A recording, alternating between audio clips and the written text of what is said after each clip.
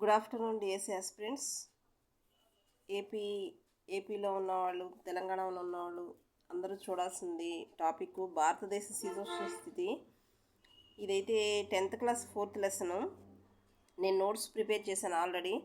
ఇదే టాపిక్ ఇంటర్మీడియట్లో ఉంది, 9th క్లాస్లో ఉంది, ఓల్డ్ టెక్స్ట్ బుక్స్లో కూడా ఉంది. సేమ్ టాపిక్ మొత్తం అంతా ఒక చోటకు తీసుకురావాలంటే అది పెద్ద వీడియో, లాంగ్ వీడియో అయిపోతుంది. కాబట్టి హాఫ్ ఏమో ఫస్ట్ 10th క్లాస్ నోట్స్ అయితే మీకు నేను ప్రిపేర్ చేసుకున్న నోట్స్ మీకు ఇద్దాం అనుకుంటున్నాను.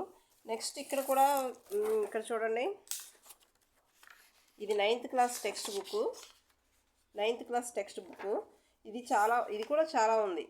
సో ఇది నెక్స్ట్ మీకు చూపిస్తున్నాను చూడండి. ఓల్డ్ ఏదో ఇంటర్మీడియట్ బుక్. దీనిలో కూడా చాలా క్లియర్గా పవనాల గురించి, శీతోష్ణ స్థితి ఇవంతా నేను అప్పుడు చదువుకున్నది. అయితే ఇది కూడా చాలా ఉంది. ఇవంతా ఒకేసారి క్లాస్ చేయాలంటే చాలా ఎక్కువ టైం పడుతుంది.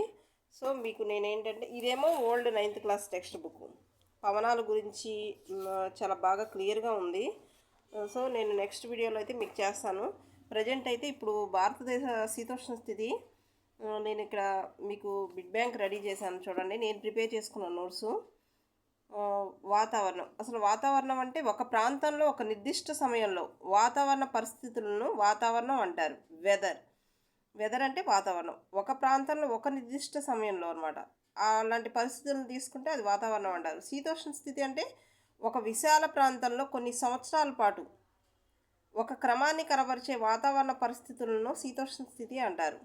నెక్స్ట్, శీతోష్ణ స్థితిలో ముఖ్యమైన ఉష్ణోగ్రత, వర్షపాతాలను దేని ద్వారా చూపిస్తారు? క్లైమటోగ్రాఫ్. ఇది ఇంపార్టెంట్ బిట్స్ నేను చేస్తున్నాను చూడండి. నెక్స్ట్, వాతావరణంలోని అంశాలు: ఉష్ణోగ్రత, వాతావరణ పీడనం, గాలి వేగం, గాలిలో తేమ, వర్షపాతం. శీతోష్ణ స్థితి వాతావరణాలను ప్రభావితం చేసే అంశాలు: అక్షాంశం, భూమికి నీటికి గల సంబంధం, భౌగోళిక స్వరూపం, ఉపరితల గాలి ప్రసరణ. ఓకేనా? ఇవి వాతావరణాన్ని ప్రభావితం చేసే అంశాలు. శీతోష్ణ స్థితిని, వాతావరణాన్ని ప్రభావితం చేసే అంశాలు. భూమధ్యరేఖ నుంచి దూరం పెరుగుతున్న కొద్దీ వార్షిక సగటు ఉష్ణోగ్రతలు తగ్గుతూ ఉంటాయి. భూమధ్యరేఖ నుంచి దూరం పెరుగుతున్న కొద్దీ ఉష్ణోగ్రతలు తగ్గుతూ ఉంటాయి. అక్షాంశాన్ని బట్టి ఉష్ణోగ్రత తీవ్రత ఆధారపడి ఉంటుంది. భూమి ఉపరితలం పైన ఉష్ణోగ్రత ఆ ప్రాంతంలో సూర్యకిరణాల నుంచి వచ్చే వేడిమి, సూర్యపటం మీద ఆధారపడి ఉంటుంది. భూమధ్యరేఖ నుండి ధృవాల వైపుకు వెళ్తున్న కొద్దీ సగటు వార్షిక ఉష్ణోగ్రతలు తగ్గుతూ ఉంటాయి. భూమధ్యరేఖ నుంచి ధృవాల వైపుకు వెళ్తున్న కొద్దీ సగటు వార్షిక ఉష్ణోగ్రతలు తగ్గుతూ ఉంటాయి. భూమధ్యరేఖ అంటే ఇది కదా. భూమధ్యరేఖ నుంచి ధృవాల వైపు కంటే ఇక్కడ ఉత్తర ధ్రువం, ఇక్కడ దక్షిణ ధ్రువం వైపుకు వెళ్తూ ఉంటే ఉష్ణోగ్రతలు తగ్గుతాయి. ఎందుకంటే ఇక్కడ సూర్యకిరణాలు నిట్ట నిలువుగా పడతాయి కాబట్టి ఇక్కడ ఈ ప్రాంతంలో ఉష్ణోగ్రతలు ఎక్కువగా ఉంటాయి. ఇక్కడి నుంచి సూర్యకిరణాలు ఏటవాలుగా పడతాయి అంటే ధ్రువాల వైపుకి వెళ్తున్న కొద్దీ ఉష్ణోగ్రతలు ఏమవుతాయి? తగ్గిపోతూ ఉంటాయి. ఓకేనా? చూడండి, ఇది భూమధ్య రేఖ ఉత్తరం వైపు కర్కట రేఖ 23.5 డిగ్రీల ఉత్తర అక్షాంశ రేఖ. ఇక్కడికి వచ్చి మకర రేఖ 23.5 డిగ్రీల దక్షిణ అక్షాంశం. ఓకేనా? ఇది అంటార్కిటిక్ వలయం, ఇది ఆర్కిటిక్ వలయం. ఇది ఉత్తర ధ్రువం, ఇది దక్షిణ ధ్రువం. రఫ్ నోట్స్ వేసాను అనమాట. చూడండి, భారతదేశంలో దక్షిణాది ప్రాంతం భూమధ్య రేఖకి దగ్గరగా ఉష్ణమండలంలో ఉంది. ఇక్కడ చూడండి, పిక్చర్ మీకు కనిపిస్తుంది. ఇది ఇండియా కదా. ఇది ఇండియాలో దక్షిణ ప్రాంతం. దక్షిణాది ప్రాంతం దేనికి దగ్గరగా ఉంది? ఇది భూమధ్య రేఖ కదా. భూమధ్య రేఖకి దగ్గరగా ఉంది కాబట్టి ఇక్కడ కొంచెం ఉష్ణోగ్రతలు ఎక్కువగా ఉంటాయి.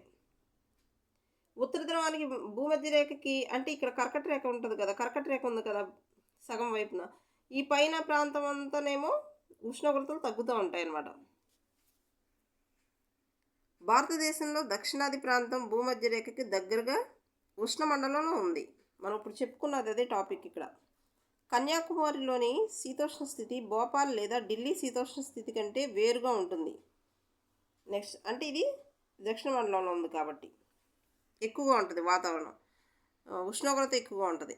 భారతదేశాన్ని కర్కట రేఖ ఇంచుమించు 2 సంభాగాలుగా చేస్తుంది. ఇప్పుడు మనం చూపించుకున్నాం, ఇది కర్కట రేఖ భారతదేశాన్ని ఇంచుమించు 2 భాగాలుగా చేస్తుంది. ఇక్కడి నుంచి ఇది కంటిన్యూషన్ అనమాట. ఇట్లా ఓకేగా, ఇది కంటిన్యూ. నెక్స్ట్, కర్కట రేఖకు దక్షిణ ప్రాంతం ఉష్ణమండలంలో ఉంది. కర్కట రేఖకు ఉత్తర ప్రాంతం సమశీతోష్ణ మండలంలో ఉంది. ఇది ఉత్తర ప్రాంతం. ఇది సమశీతోష్ణ మండలంలో ఉంది. ఇదంతా ఉష్ణమండలం. భూమధ్య రేఖకి ఈ వైపు ఇది ఉష్ణమండలం. ఇక్కడి నుంచి ఇక్కడికి సమశీతోష్ణ మండలం వస్తుంది. భూమికి నీటికి గల సంబంధం. బాగా పచ్చదనం చెట్లు ఉండే ప్రాంతం సూర్యరశ్మి బాగా గ్రహిస్తాయి. భూమితో పోలిస్తే సముద్రం చాలా నిదానంగా వేడెక్కి నిదానంగా చల్లబడుతుంది. శుష్క ఈశాన్య పవనాలు. ఇక్కడ మనం ఒక ఎగ్జాంపుల్ చెప్పుకోవచ్చు. భూమితో పోలిస్తే సముద్రం చాలా నిదానంగా వేడెక్కి నిదానంగా చల్లబడుతుంది. మనం నీటితో ఉన్న పాత్ర తీసుకుని స్టవ్ మీద పెట్టామనుకోండి, ముందు పాత్ర వేడెక్కుతుంది, ఆ తర్వాత నీరు వేడెక్కుతాయి. అంతేగాని నీరు వేడెక్కిన తర్వాత పాత్ర వేడెక్కదు. అలాగే భూమితో పోలిస్తే సముద్రం కూడా నిదానంగా వేడెక్కి నిదానంగా చల్లబడుతుంది. శుష్క ఈశాన్య పవనాల మేఖలలో భారతదేశం ఉంది. ఇంపార్టెంట్. శుష్క ఈశాన్య పవనాల మేఖలలో భారతదేశం ఉంది.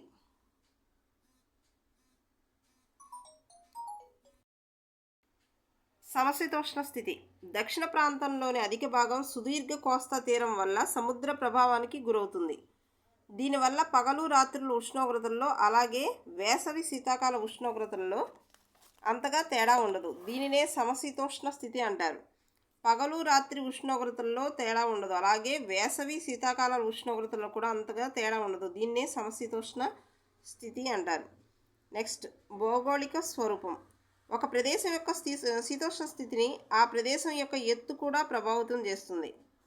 ఉత్తరార్ధగోళంలో ఉపాయన రేఖ అధిక పీడనం వల్ల శాశ్వత పవనాలు ఏర్పడతాయి. ఉపాయన రేఖ అధిక పీడనం వల్ల శాశ్వత పవనాలు ఏర్పడతాయి. అంటే ఈ శాశ్వత పవనాలనే వ్యాపార పవనాలు అంటారు.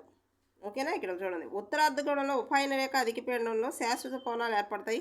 దీన్నే ట్రేడ్ విండ్స్ అంటారు, అంటే వ్యాపార పవనాలు. నెక్స్ట్, భూమధ్య రేఖ వద్ద ఉండే అల్పపీడన ప్రాంతం వైపు పశ్చిమంగా పయనిస్తాయి. వీటినే వ్యాపార పవనాలు అంటారు. భూమధ్య రేఖ వద్ద ఉండే అల్పపీడన ప్రాంతం వైపు పశ్చిమంగా పయనిస్తాయి. ఇక్కడ ఓల్డ్ టెక్స్ట్ బుక్ ఒకటి చూపిస్తాను చూడండి ఫ్రెండ్స్. ఇక్కడ చూడండి, ఈ వ్యాపార పవనాలు కదా. ఇక్కడ ఏమన్నాడు? అల్పపీడన ప్రాంతం వైపు పశ్చిమంగా పయనిస్తాయి. ఇది భూమధ్య రేఖ అల్పపీడన ప్రాంతం కదా. అంటే ఇటు చూడండి, ఈ డైరెక్షన్ చూస్తే మీకు అర్థమవుతుంది. ఇది పశ్చిమం.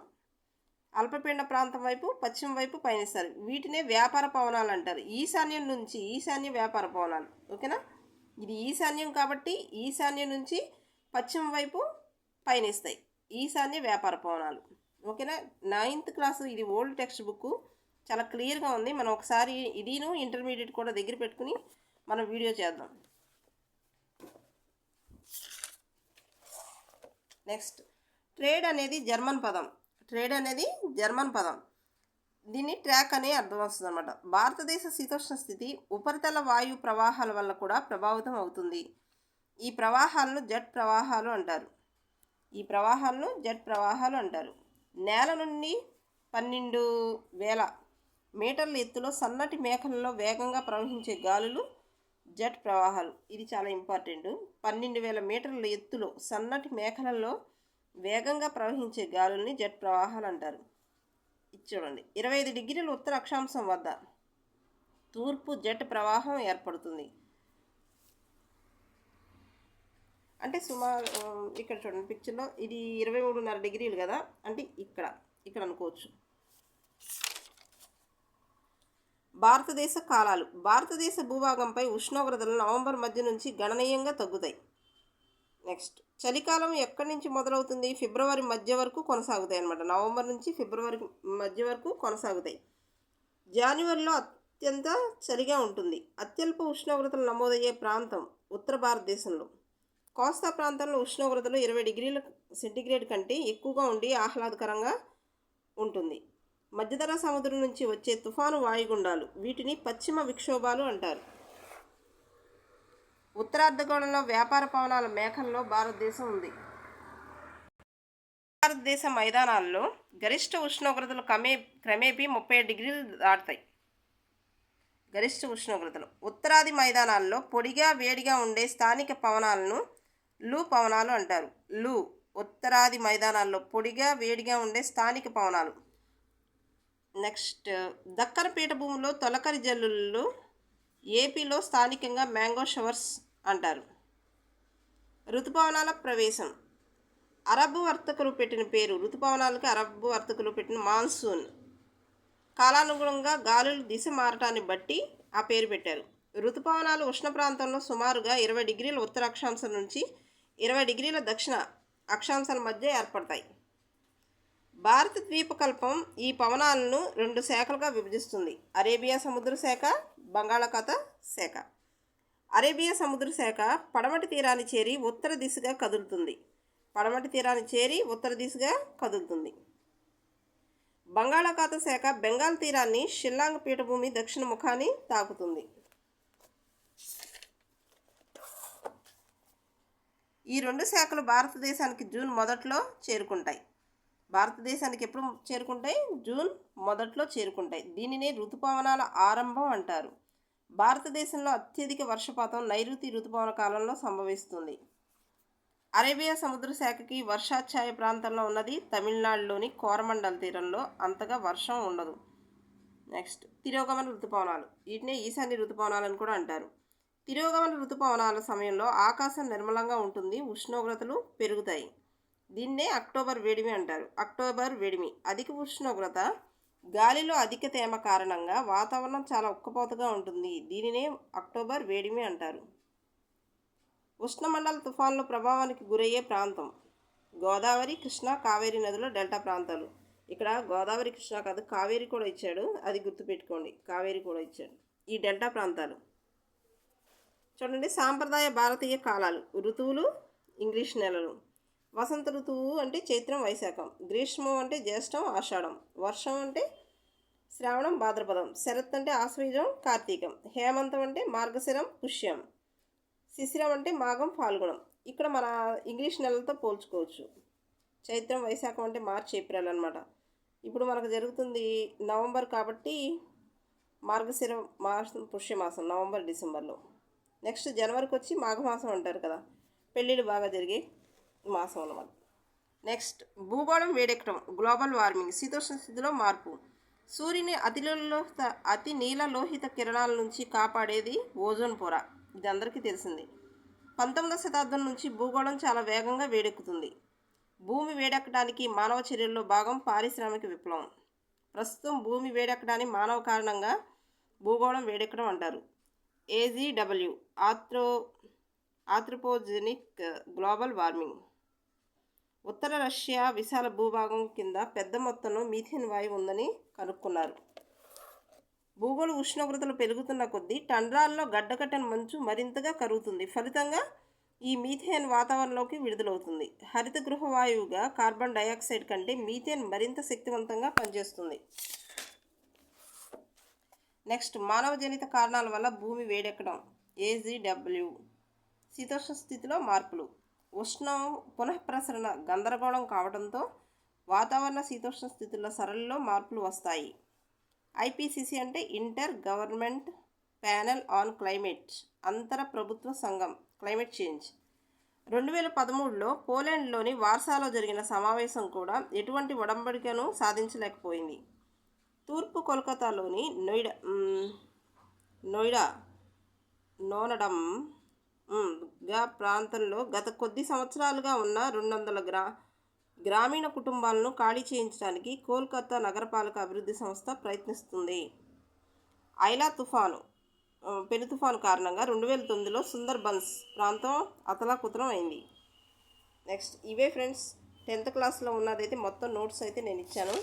9th ఓల్డ్, 9th ఇంటర్మీడియట్ అయితే మీకు నోట్స్ చేస్తాను. చేసి మళ్ళీ మన వీడియోలో కలుసుకుందాం. నచ్చితే లైక్ చేయండి, షేర్ చేయండి, సబ్స్క్రైబ్ చేయండి. Thank you.